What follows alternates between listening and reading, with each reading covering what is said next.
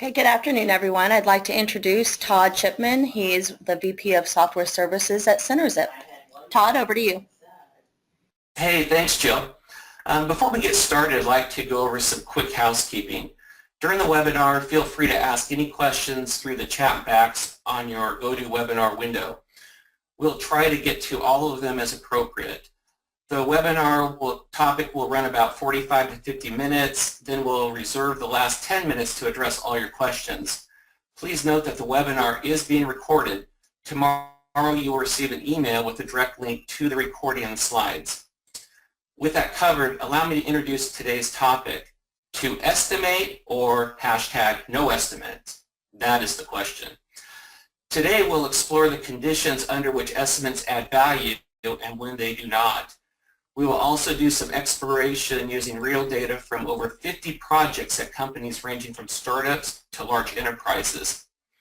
We are favored to have with us today Todd Little, Vice President of Product Development for IHS, a leading global provider of information, analytics, and expertise. Now over to you, Todd. To estimate or no estimates? That is the question.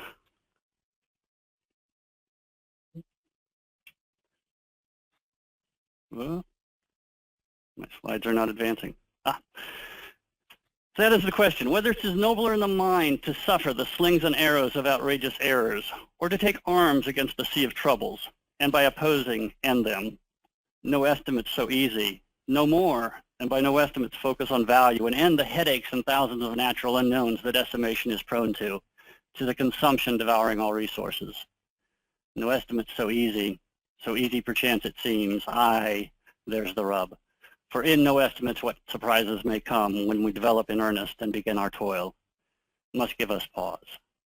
There's the respect that makes calamity of software's life. Today's topic is one about estimation and something that's been popular in the world of Twitter, the hashtag NoEstimates.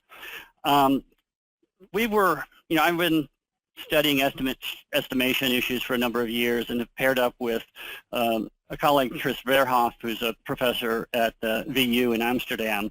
And the two of us have been collaborating on research with estimation for a number of years, and when we got some access to some data, we thought we'd look at it relative to the specific question of the no estimates. Can we do better with no estimates? And really, the real question is, what fundamental value, information value, are we getting from the estimates that we make?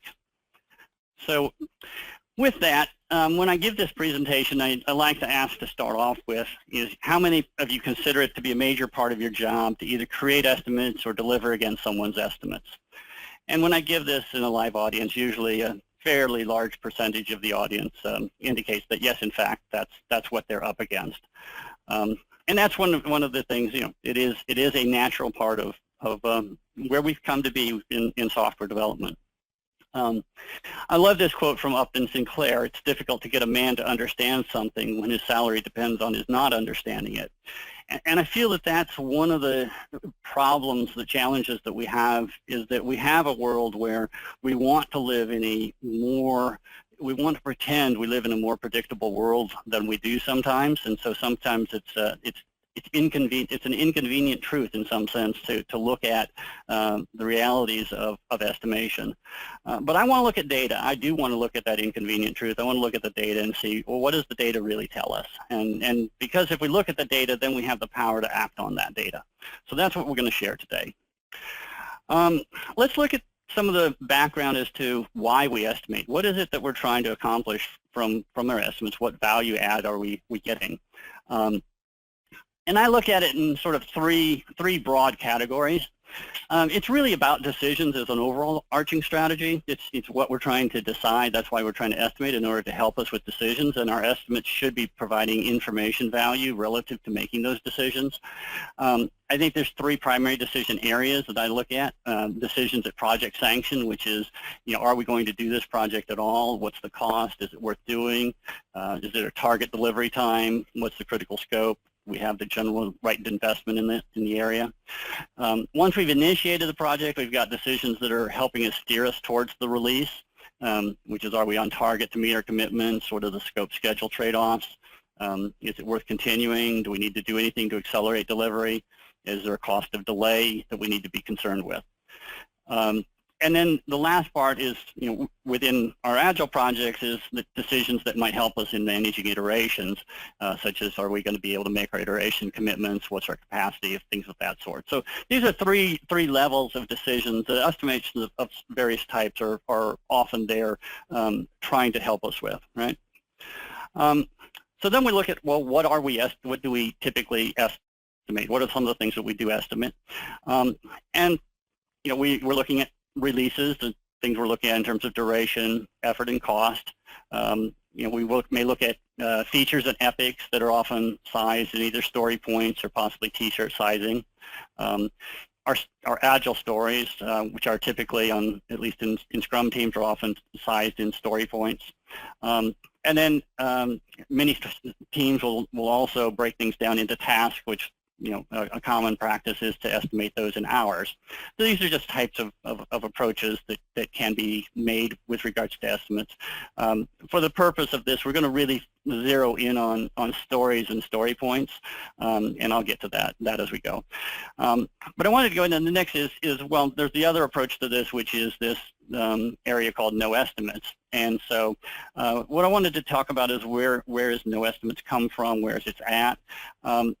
Woody Zuill sort of created the hashtag, and here's his definition, is that the hashtag NoEstimates is a hashtag for the topic of exploring alternatives and estimates of time, effort, and cost for making decisions in software development. That is, ways to make decisions with no estimates.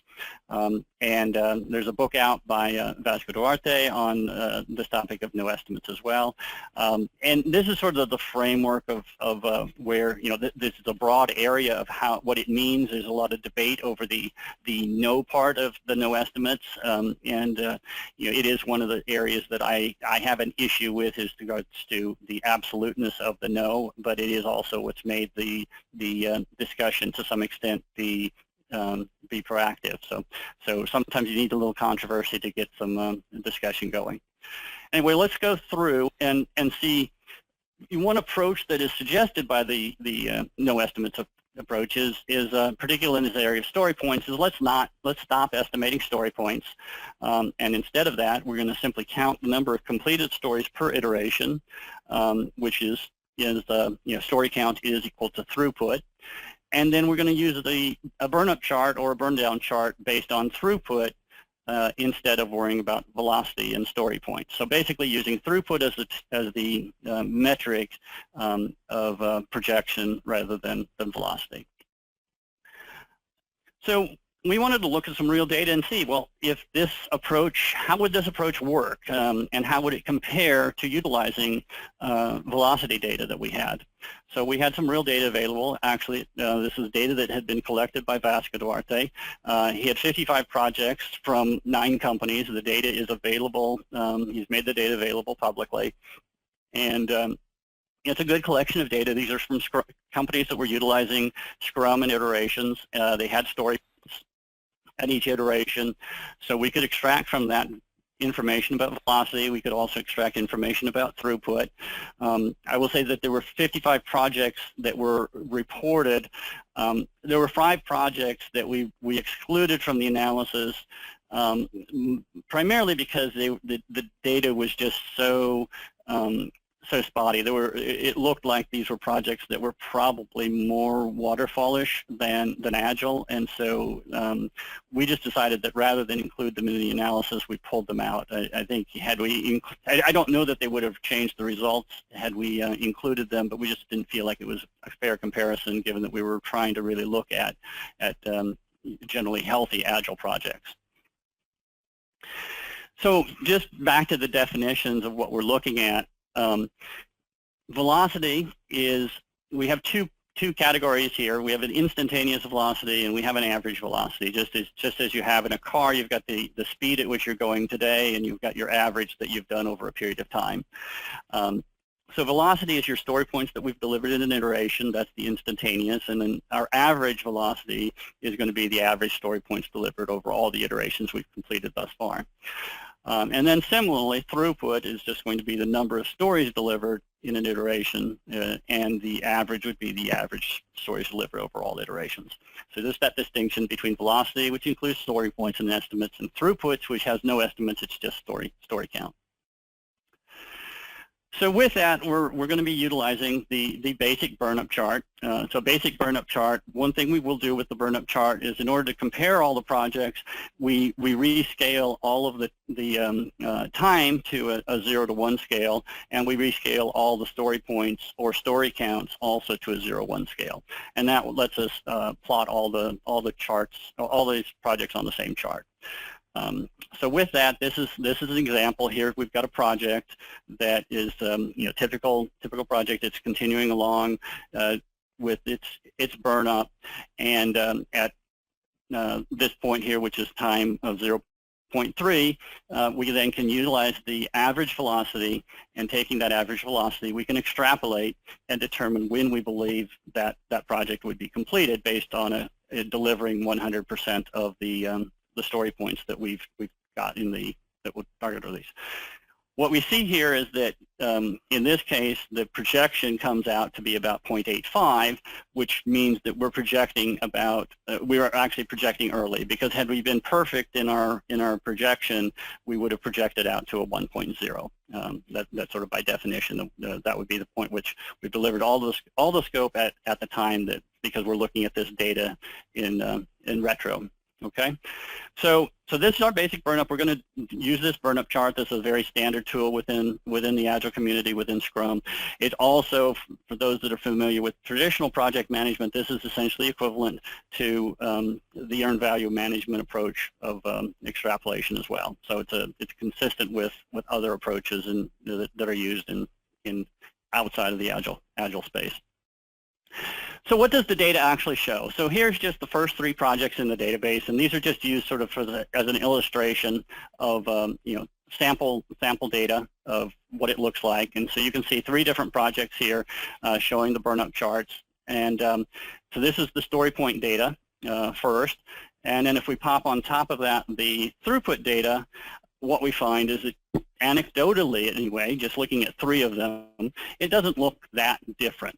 So this is a start point. It looks like there's not a whole lot of difference between the 2. So it's a first visual representation of it. But we want to do a better detailed analysis to figure out what really the reality is. The other thing that we noticed in this chart when we first looked at this was that as we there tended to be an asymptote that we were seeing in a number of projects. We were seeing about 50% of the projects we were noticing a hardening cycle, where there was 0 velocity. So we were getting to 100% scope, but time was continuing. So we basically have attributed that to a likely hardening cycle at the end of the release, which was running from about 2 to 12% of the overall thing, of the overall project. So this was happening about 50%. That was a first observation we were able to extract out of this pretty quickly, pretty easily. Something to take into consideration that the burnup chart doesn't necessarily account for the hardening unless you've put in stories to account for them. So one thing to learn, take away from that. The next thing we're going to do is get into a little bit more of a statistical analysis of some of that data. So we saw the anecdotal, what it looks like. Let's do the statistical. So do warn that there's dragons here. I'm going to take the lightest version of statistics perspective that we can in order to try to help you understand where we've gone with the data. And to do that, I make use of something called the P90 to P90 and the P10, and then the ratio of the P90 and the P10. And the idea here is that if we take a set of numbers, in this case we have 10 numbers ranging from 20 to 1, the P90 is the point at which 90% of the data is less than or equal to that, and the P10 is the point at which 10% of the data. So in this case, we throw out the top one, we throw out the bottom one. The P90 is roughly 12, the P10 roughly 2, and then what that does is give us a ratio, a P90 to P10 ratio of 12 to 2, which would be 6 in this case. So that's the idea behind it. And we're going to be utilizing this P90 P10 ratio as a point of analysis, because it's giving us an indication of the spread of the data. So you can see if the ratio is large, like it is in this case 12 to 2, there's a fairly large span of the data. This approach is used when the span of data is pretty large. It's used often in oil and gas exploration, which is one of the areas I'm involved in. It's also used in wealth distribution. Wealth distribution gives us a good concrete example because the P90 is representative of basically what doctors and lawyers make. The P10 is basically what fast food workers are making. So that ratio is but it's not the absolute extremes. It's the 90 percentile and the 10 percentile. We're not looking down at the bottom at the homeless, and we're not looking at the Donalds. So we're looking at the lawyers versus the fast food workers, the middle bands at 90 to 10%. A little bit more concrete example here is that if we're projecting out with a burnup chart and we said, I've got a P10 that's 6 months, I've got a P90 of 12 months, then that would be saying my ratio would be P90 to P10 would be 2 to 1. Okay? So the first thing we wanted to ask when we looked at the data is this question: do we get better at estimating the further we go into a project? Which is, does our velocity become more stable over time? That's another way, because our velocity, if we're better at estimating, our velocity should become more stable. So we could look at our velocity and see how that projected out over time. And what we see, there's the blue curve is the P90 of the velocity, the green curve is the P10 of the velocity, and the red curve is the P90 to P10 ratio. So a couple of things that we can learn from this. One is we see that the spread of the velocity is actually pretty constant. If anything, it actually gets worse. It starts sort of towards the 4 level, and actually as it goes through, it gets upward at 7 by the time we're done. So velocity actually doesn't get more stable, it actually gets less stable in this situation.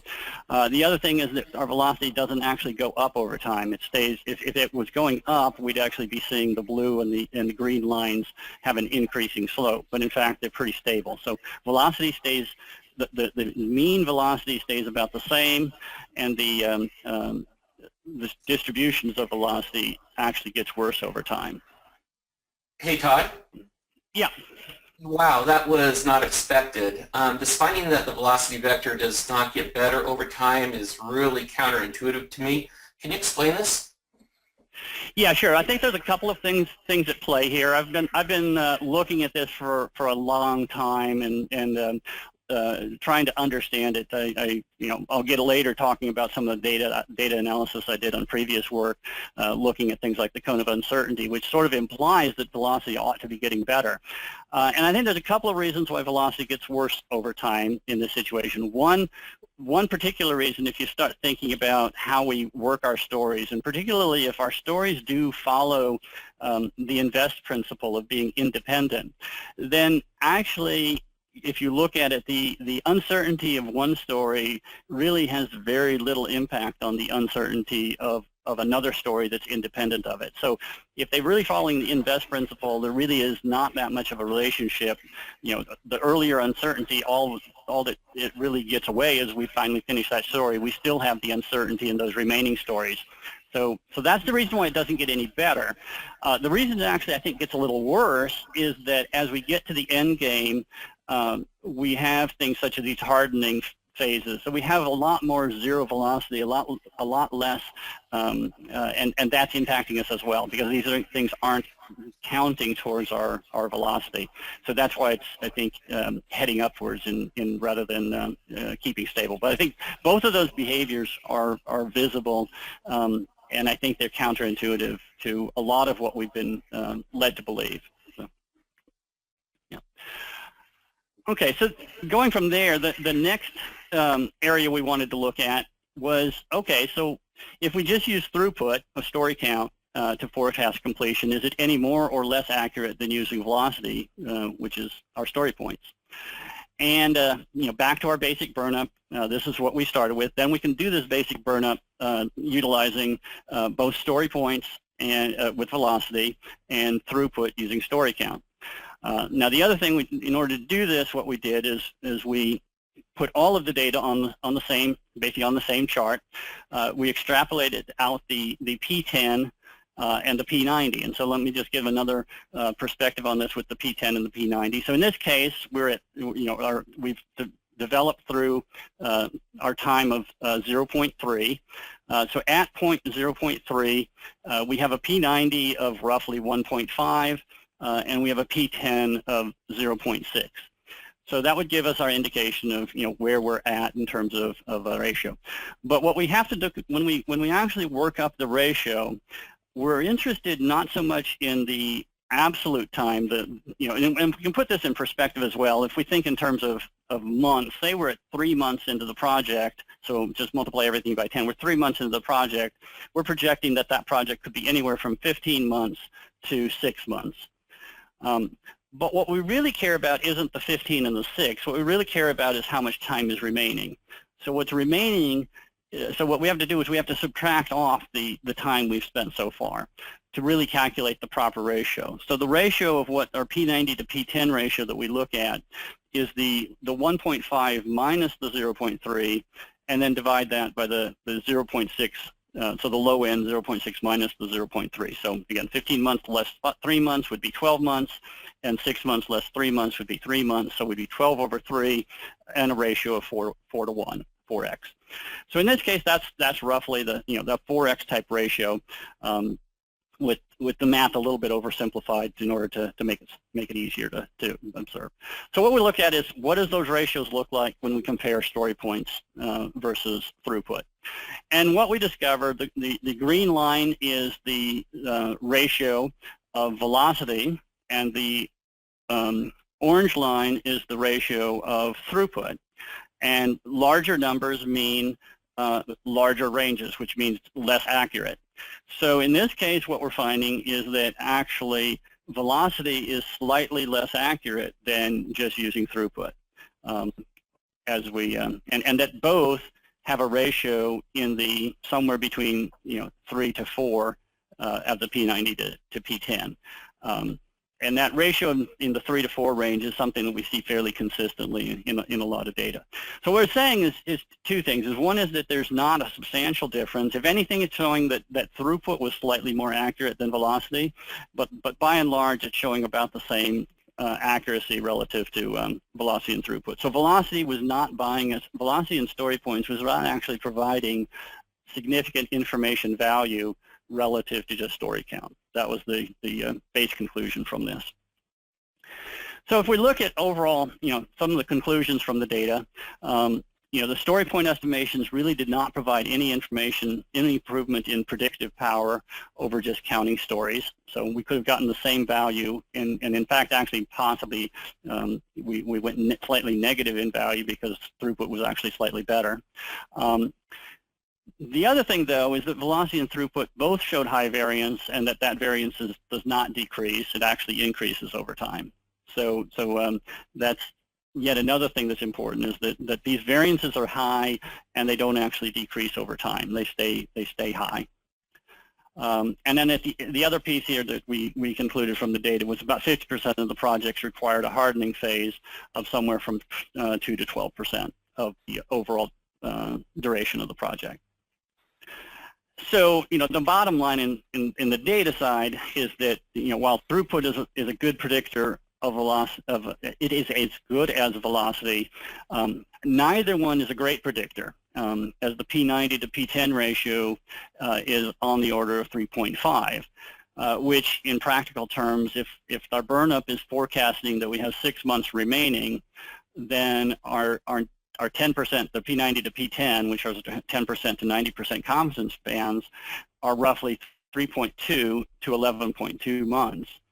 And while I think, I show this to people, they get surprised that it's really that large of a band, but it is reality. I've seen this pattern consistently, this P10 to P90 ratio when I've looked at data. It really is that much of a spread of, about a 3.5 ratio, which means that we're not going to be in this idea of plus and minus 25%. That's just an unrealistic expectation. The real reality is that estimation is a challenge, and we need to understand it and deal with it. So So from there, what we decided to do next was, given that we had the data, we wanted to build a Monte Carlo simulation that would see if we could emulate and reproduce the data findings. And then if we could reproduce the data findings, it gave us the opportunity to expand the parameters under which we were looking at. And the parameters we wanted to look at were things like story point distribution, estimation accuracy. We also wanted to look at the use of buckets, such as planning poker type buckets, and also had introduced the hardening effort in there. And the output of this we wanted to compare was the what we saw from a velocity and throughput projections, and see how they projected out and the error bands that they came up with. So the first thing is that, yes, we were able to build a simulation, and from the simulation we were able to tune the simulation so that we got very, very similar results to the raw data. So you're basically extracting out from the raw data the distribution curves for the distributions for story point distribution, how do story point sizes align, and then also estimation accuracy. We could extract those out, use them in the simulation to feed them back in, and then basically we're able to come up with a very similar result with a P90 to P10 ratio in that 3.5 ratio. So then we said, well, what if we look at, let's try to see if we can replicate the data. So yeah, so we were able to replicate the observed data, and our throughput and velocity gave nearly identical results. Okay. We then said, well, what if we have a very large distribution in story size? So that we've got very big stories mixed in with very small stories. And in fact, if we have very big stories mixed in with very small stories, we do find in this case velocity is better. So we actually are getting some information value from the estimates because the distribution of story size is so large. And that's if it's like a 10-to-1 ratio in the story size between the largest, the P90 and the P10. We then asked the question, well, what if we were really good at estimation? What would that do to our simulation? And this was the one that surprised me a bit. If we got really good at estimation, I was expecting to see that velocity would show up and shine. And the reality is, somewhat surprisingly, if story point distribution is not large, then improving estimation accuracy helps throughput just as much as it helps velocity. And the reason for this is that what it means is that we have done a good job of keeping our stories at similar size, and that distribution that it has is not influenced by our inaccuracy of our estimation. So it actually does make sense, but it was a bit of a surprise finding for me. And then we asked the question, well, what if we use buckets such as Fibonacci, planning poker, or factor of 2 or factor of 4? And what we found is that using buckets such as planning poker, modified Fibonacci, power of 2, or even power of 4 did not significantly impact the difference between velocity and estimate and throughput accuracy. The larger we made the buckets, yes, it did degrade a bit, but basically the buckets were for the most part not a big issue.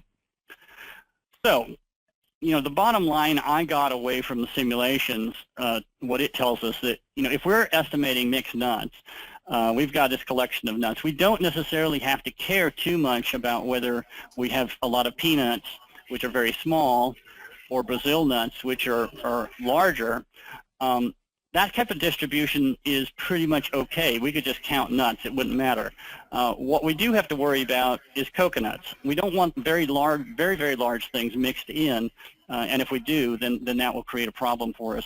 Certainly, it create a problem for using throughput as your mechanism. So if your story count is roughly, in that range of similarity, then it turns out throughput is just as well of a predictor as velocity. So, what does this tell us relative to our question about estimations? So we've got decisions to steer towards the release. So this is one place where we really are working to, with our going towards release. We were utilizing these burn-up charts. We're trying to make decisions about it.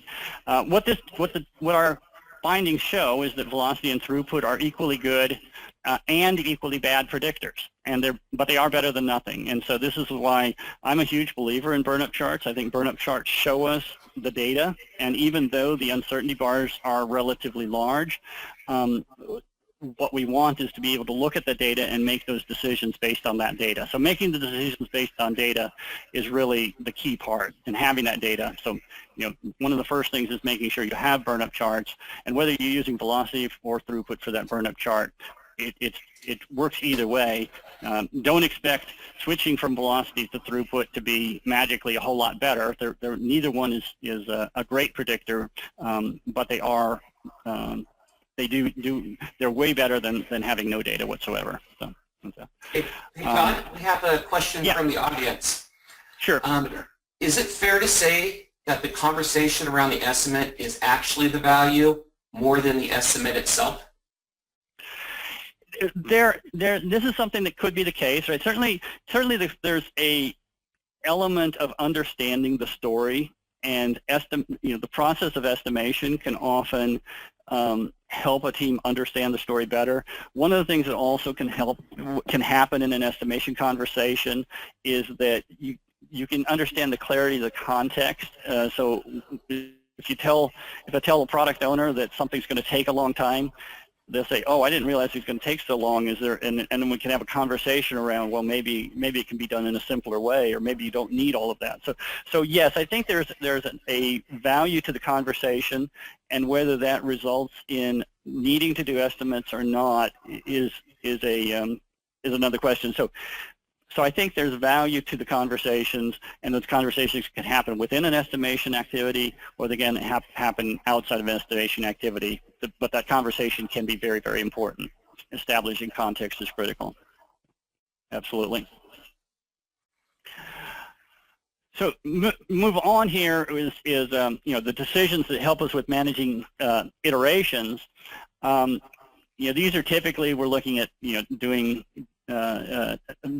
iteration burn downs with task hours and things like that.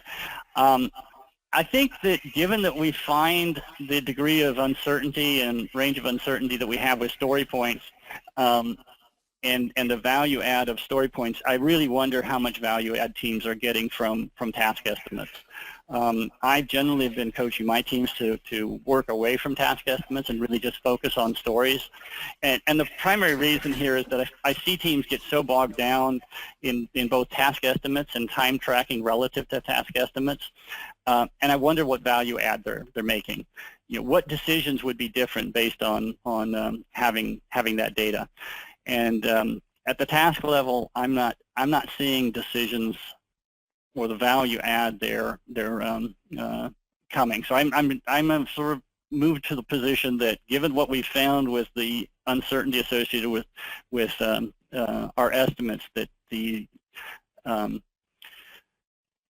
that with tasks there's just not that much value, and it actually might be negative value, might be waste.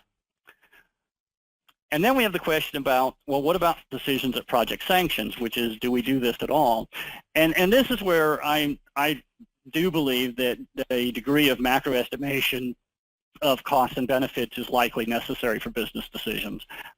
We are making decisions about things. We're basically making a implicit decision as to whether we spend this money here or there. And that's whether it's done with a formal ROI process or whether it's just a seat of the pants. In any event, we are estimating. One thing I look at is that anytime we're doing prioritization in some fashion, we are in fact estimating, because prioritization is in fact an estimation activity. But one thing I do say is that, in general, it's going to be waste to spend more time on cost estimation than on benefits. And I see a lot of time where we spend so much time on cost estimates rather than on understanding benefits, because it's easier to focus on the cost estimates. But really, the real value comes from understanding the benefit side of the equation. And that's really one of the things which, I think with the NoEstimates discussion is, let's be spending more time on understanding the benefits and less time on beating people up over cost estimates that are just fundamentally challenged. We know as an industry that this is a hard problem, and there's really not that great of evidence that it's possible to reduce that range of estimation greatly. So, and part of this then ties back to some other research that I've been involved in and that I'm aware of. In particular, this is a paper that I wrote in IEEE Software, Schedule Uncertainty and Uncertainty Surrounding the Cone of Uncertainty, where I looked at data and compared it to the Cone of Uncertainty. The first step that I went through was looking at a lot of data, looking at the initial estimate versus the actual duration that it took.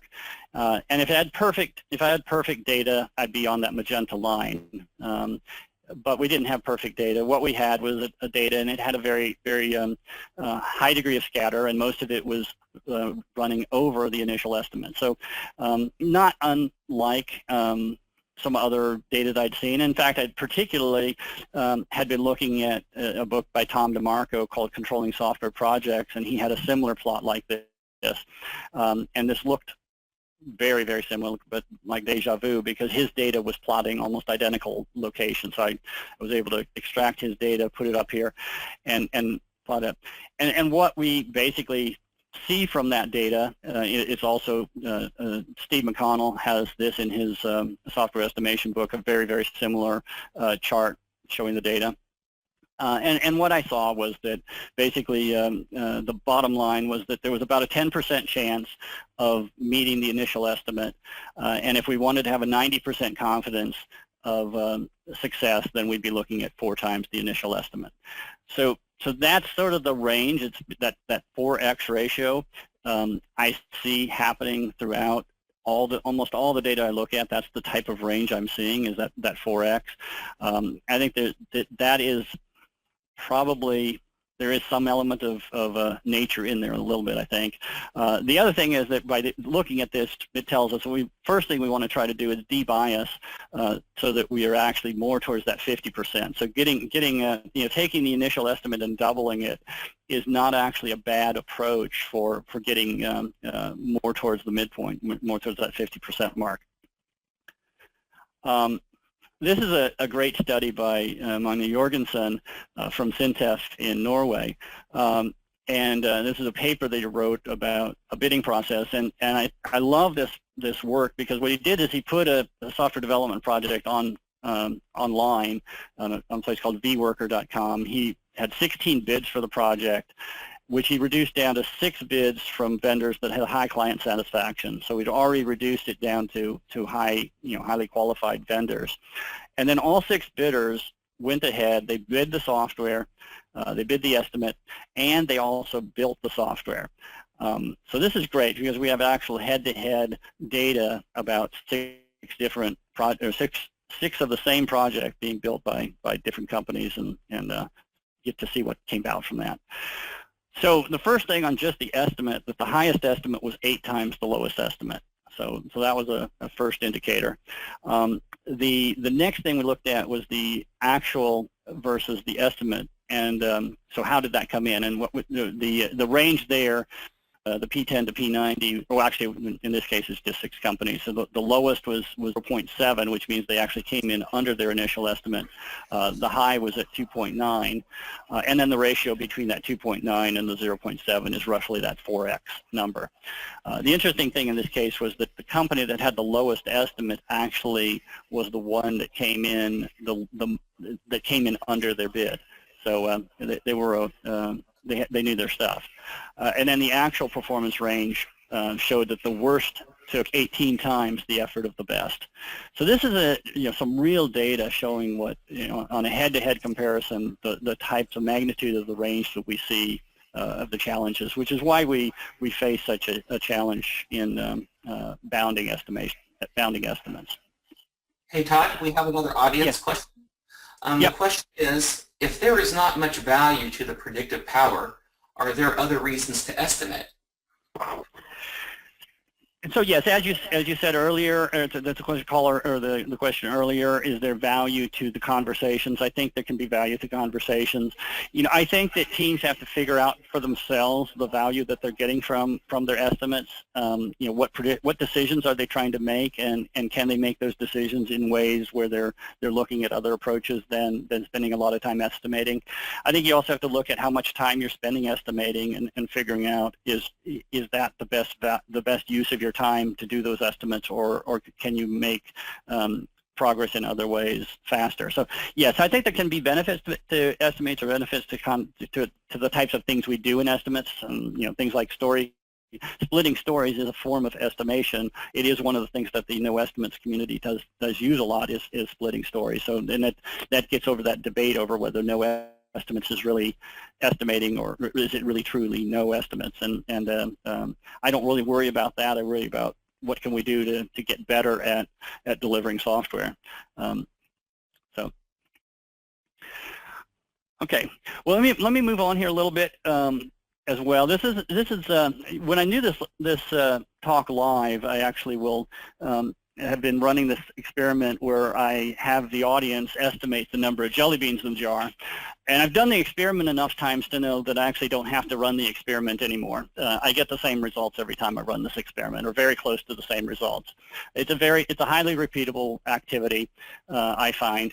And what I found when I run this process is that if I have individuals estimate the jar, and I look at my P90 to P10 ratio, it's typically around 6 to 1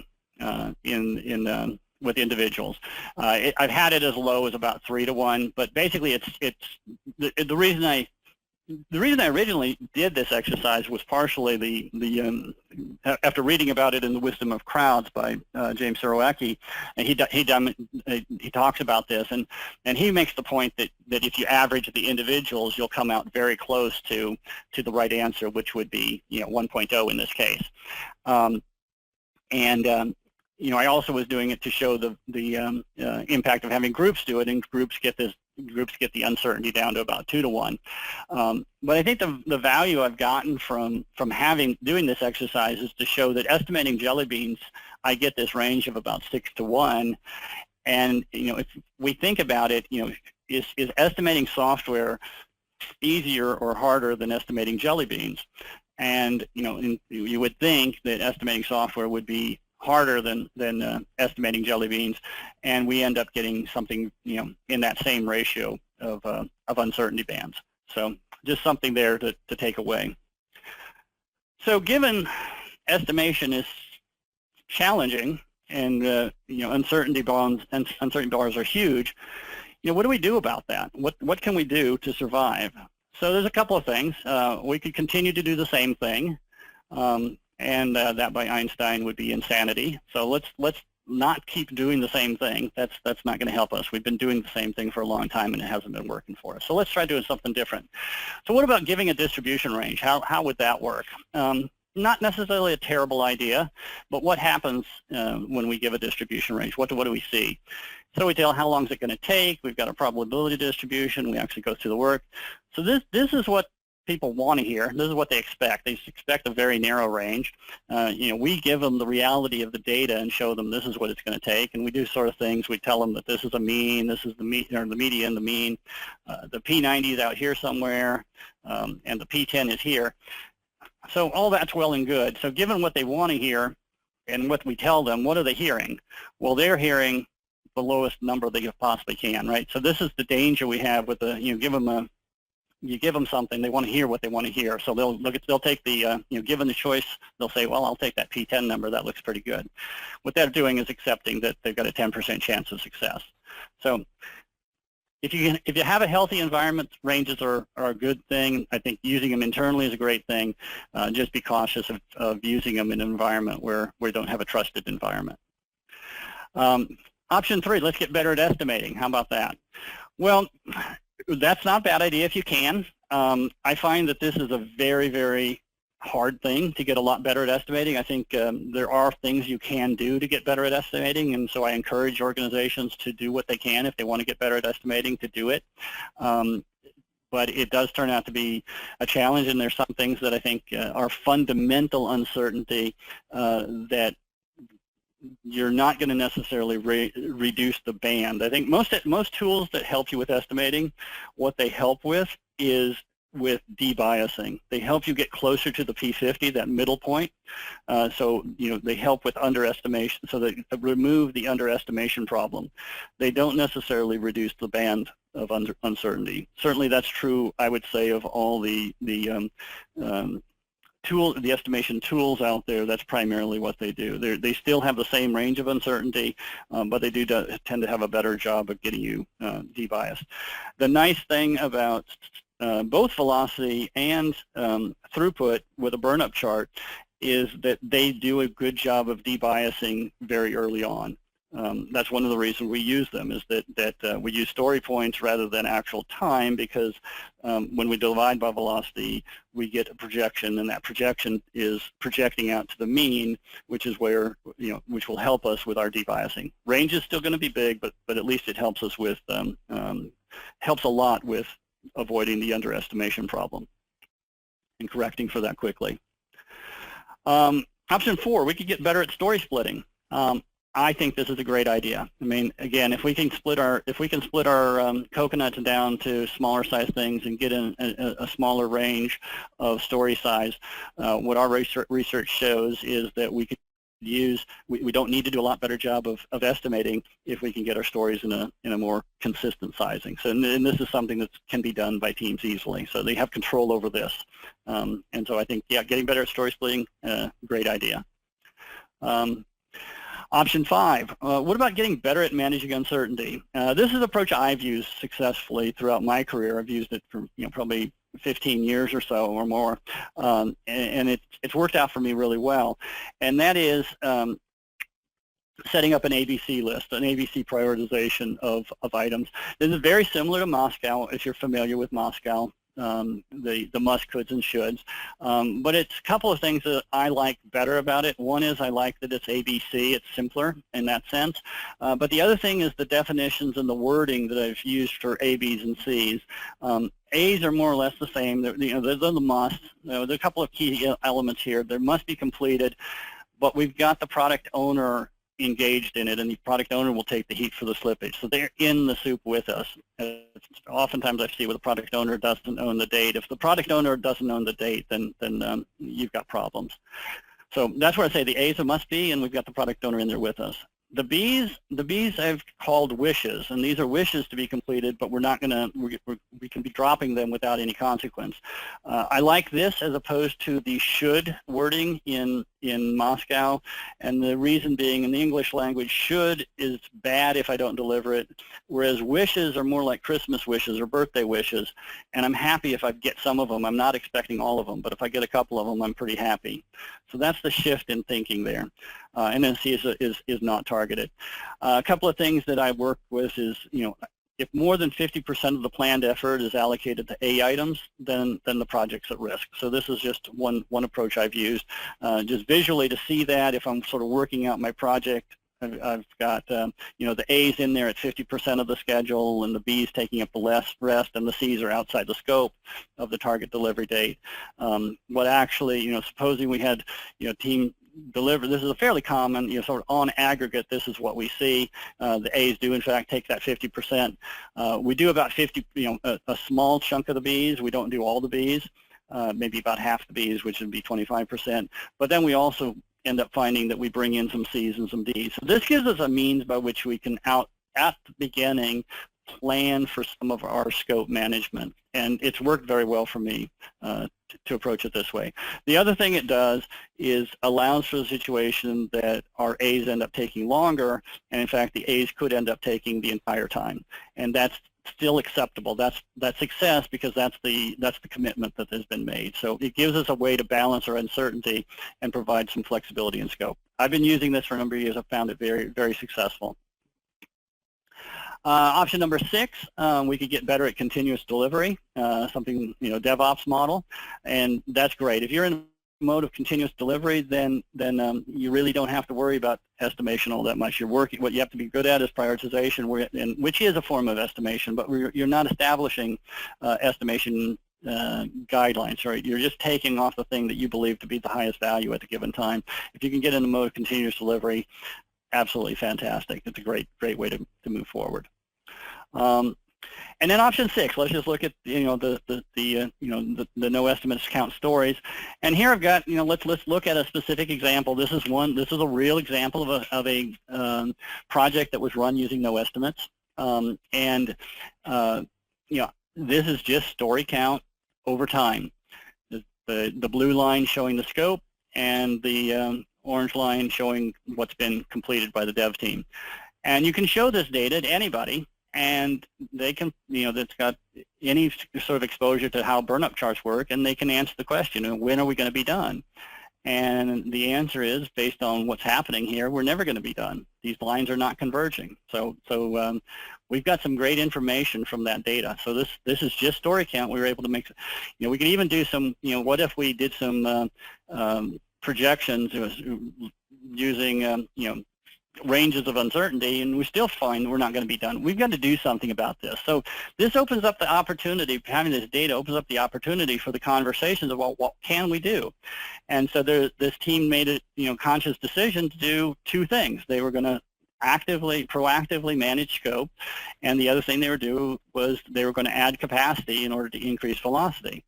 And in the end, that's what they did. They increased velocity, and they actively managed scope, and they were able to converge and get a product out. So this is a perfect example of what we're really trying to do, is make decisions and run those decisions. And this was done just using story count, no specific estimates, just using story count and tracking the data. And the decisions were good, and they delivered a great product. So if we look at this sort of a wrap-up, we're looking at estimation and what information value are we getting from those estimates. And so when it comes to value, you try to put them in some sort of value term. So I like the MasterCard model. So MasterCard would say our macro estimates for cost-value trade-off decisions, probably useful. We need those.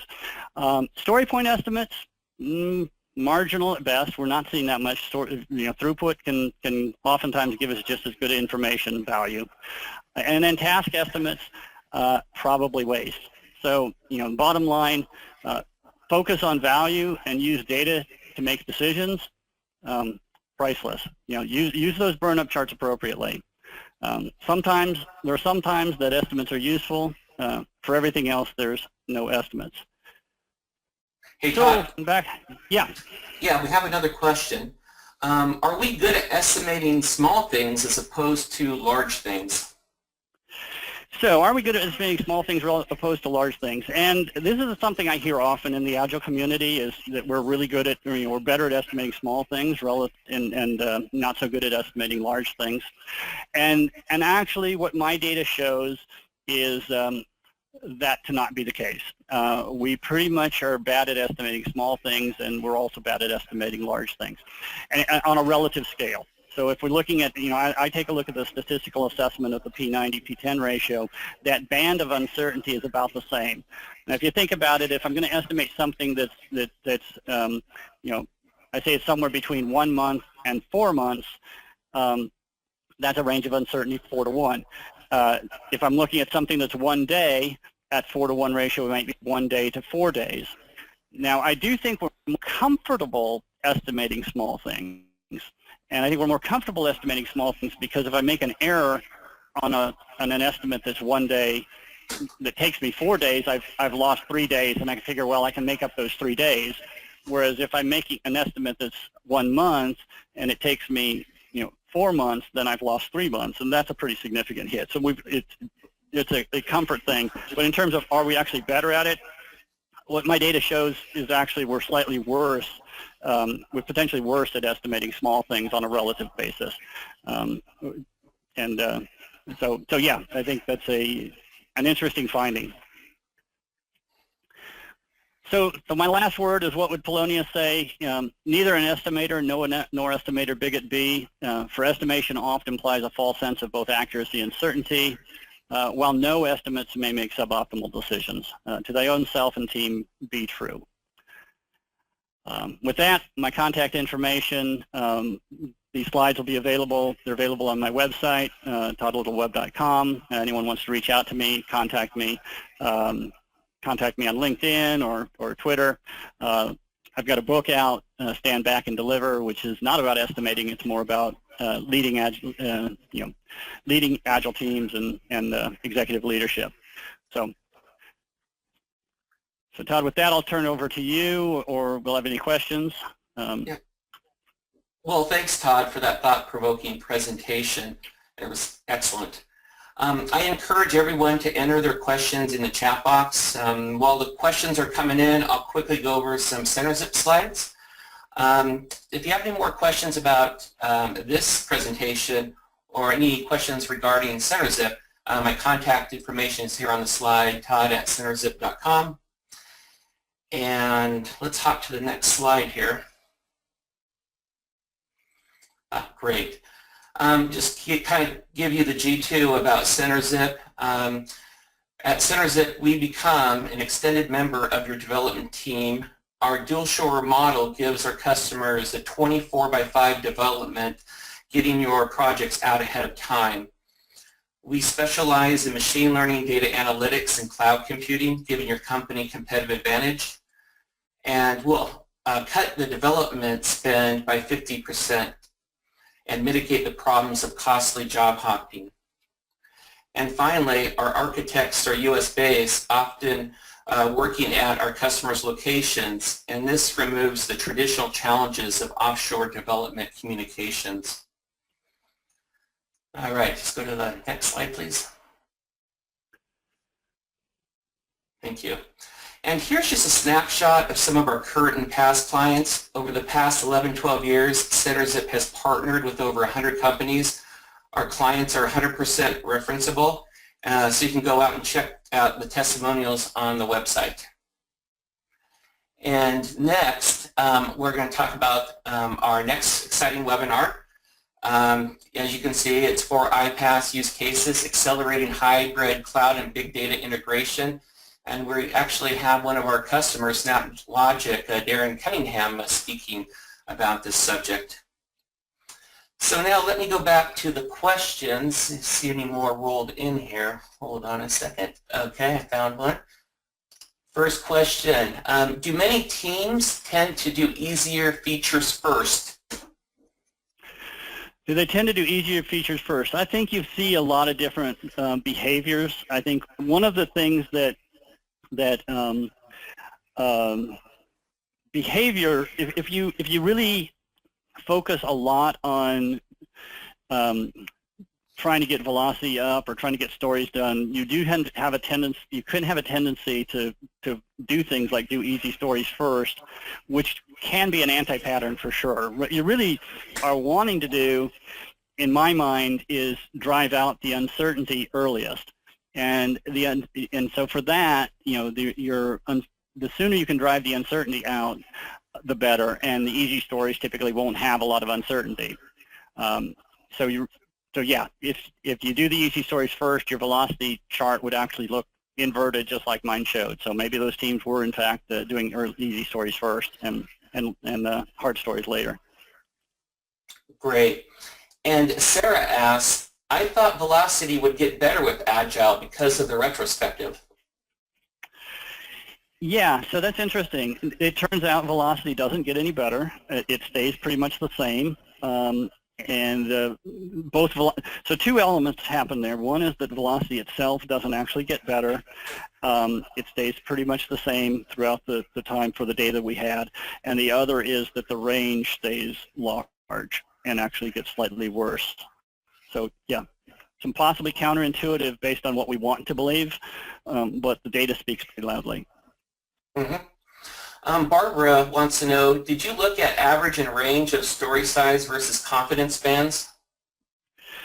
So we looked at, so what data we had was story size and number of stories and total story points delivered every iteration. So we had an indication of how the what the story points bands were. What we don't have is a direct indication of how those stories related, whether they had any confidence around it. We just had point values for story points, so we don't know whether they had any uncertainty bands themselves around those stories. What we looked at really was, given what we had, what does the data tell us about that uncertainty band? So. Okay. And Matt wants to know, when using throughput, is the assumption or requirement that user stories are approximately the same size of complexity? Yeah, so the condition that we found, the raw data that we had showed that throughput worked fine. And for that, the approximate bandwidth of story distribution was a P90 to P10 ratio of about 3 to 1.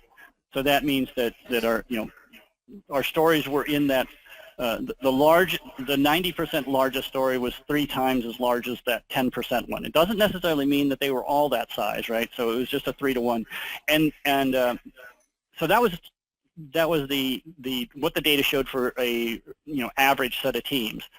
So I don't know that they were doing anything specific to reduce their bandwidth of their story sizes. I generally find that you can get your story sizes into a comparable size pretty quickly, and it doesn't have to be, they don't have to all be the same thing. Some people in the NoEstimates said, well, get all your stories down to a one-day story. You don't have to be all the same size. What you have to be is relative, roughly in that ballpark, and so a 3 to 1 P90 to P10 ratio says, if your midpoint is let's say is a 5, then you got some stories down to 2s, and you got some stories up to or maybe stories down to 3, and so 3, 5s, and 8s and above. So. But you can have a couple of outsiders too, and not be a problem. So don't you have to sort of look at what works for you. But okay. Nominally, it's a good idea to have your stories nominally similar size. And if you don't, then you might want to look at velocity. Then the velocity might be adding value to you. Makes sense. The next question is, why doesn't anyone underestimate? How could you get better? Why doesn't anyone underestimate, you say? Yes. So lots of people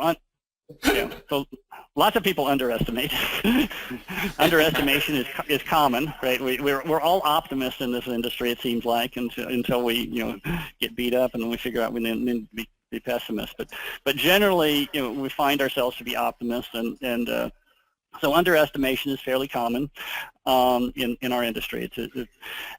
How do you get better at it? So I think there's 2 things. One is the underestimation problem is our bias. So that's addressing the fact that we could get ourselves back to the midpoint. It doesn't necessarily mean we've reduced our uncertainty bands. It just means we've gotten closer to the midpoint. And there are means by which you can do that. And I think you can train yourself to get from being an underestimator to being an on average towards the mean. That is something that's relatively easy to train, I think, and I think I do work with teams on that. Reducing the range of uncertainty is a much harder problem, and I haven't necessarily seen a lot of convincing perspective on approaches to take to reduce the range of uncertainty of estimates. There are some published reports from people that were looking at CMMI showing that estimate ranges could be drastically reduced, and I have some doubts about some of that and what they were measuring. So I've seen enough data to show me that the realities of estimation are pretty high bandwidth uncertainty, and that it's better, in my mind, to try to deal with that uncertainty bandwidth than to try to reduce it down. You have more success with it, and accept it. Accept it and then figure out how to manage it. Okay. Barry asks, do you think there are situations when predefining a product release backlog and tracking its burnup would be considered unnecessary and wasteful? Example, when you can release a product when you hit a given time or achieve an MVP. Yeah, so I think you have to look at always the context of what you're doing. So there's times where anything can be waste if it turns out you don't need it for the decisions you're making. So you've got to look at, well, what decisions am I making and where am I going with it? So if I'm at a point where, and I think there are situations, certainly situations out there where it's possible to really focus on what needs to be done, and we're going to make decisions independent of any sort of estimate, any sort of tracking. We don't need to be doing tracking in order to make that decision. So yes, it certainly can be there.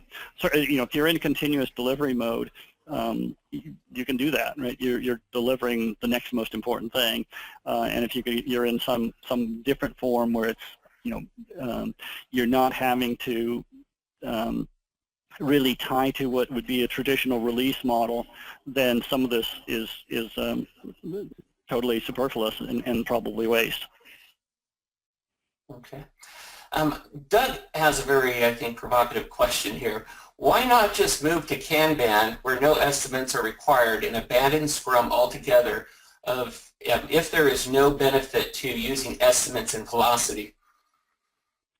So that's certainly an option, right? So I mean, that is the typical approach in Kanban, is to use throughput, focus on cycle time, so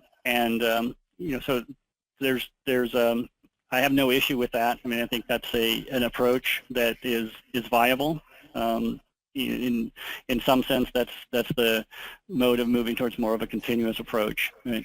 So yeah, I think that it's really, a team's got to decide where they're going, and if they're able to get their story sizes into a relatively similar size, then either doing it in Scrum or Scrumban or doing it entirely in a Kanban model, absolutely fine. I've been very successful with utilizing Kanban style for product development. Works very well. Okay. Matt wants to know, how do we give our customers a good idea of what a body of work will cost them if we don't do estimates? So that's a great question. I think you've got to work with what do they need to know, and what decisions are each side trying to make out of it. So this is a case where it's really that project sanction side. The project sanction is, I'm going to spend some money on this, and I need to know something about it. And the reality is, you've got to have the adult conversation around the degree of uncertainty that you have. And and this is all a function of the level of trust that you have with that arrangement.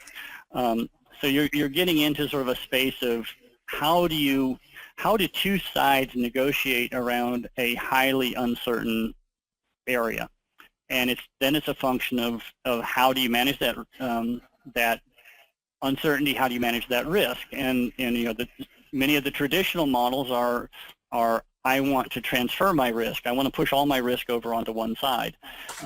And if that's the game you want to play, you've got to be prepared for that type of game. And so you can play other games where that risk is shared in different ways. But it's all really about risk management and uncertainty management. And I think the key thing is for us to realize, once you realize that this is about making decisions under uncertainty, it's about making investments under uncertainty, then you need to look at, well, what other industries deal with making decisions under uncertainty. There's a number of them out there. Financial industry is making decisions under uncertainty all the time. Oil and gas exploration is one. So there's lots of other research out in the world around decision making under uncertainty, and that's really what this is all about. It's accepting that there's uncertainty, and then figuring out, well, what can we do about it to manage it appropriately. Okay. Well, I think it's apropos to wrap this up with a statement from our audience that's interesting. He states, we often underestimate because of the pressure to give lower costs to those asking for lower costs. Any thoughts on that? Absolutely. No, that's one of the big issues that we have, is that we've got this this back and forth negotiation. And you know, I think Steve McConnell once mentioned that it's really an unfair game, because the people who are, you know, developers who are giving the estimates are operating from a sense, trying to think of a sense of fairness and optimism, and then some of the people they're negotiating with are business people who are often coming at it from a, what can I do to squeeze this down? So you've got this almost unfair negotiation game going on, with neither side fully understanding the degree of uncertainty that is out there. And so it ends up making some very suboptimal decisions, I believe. Given that estimations are there to try to help us with decision making, that when we provide additional dynamics on top of that, where we're not actually a trusted environment, I think we end up making some very suboptimal decisions. Excellent. I think that's where we should wrap up. I just want to thank again Todd Little for this really fantastic presentation. It really generated a lot of chatter here in our comment section. And I want to thank our audience for attending and giving us these fabulous questions. I think we all leave here edified today. We look forward to having you in future webinars, and go ahead to our website and you can check out more information on our next one. With that, thanks so much and have a great day.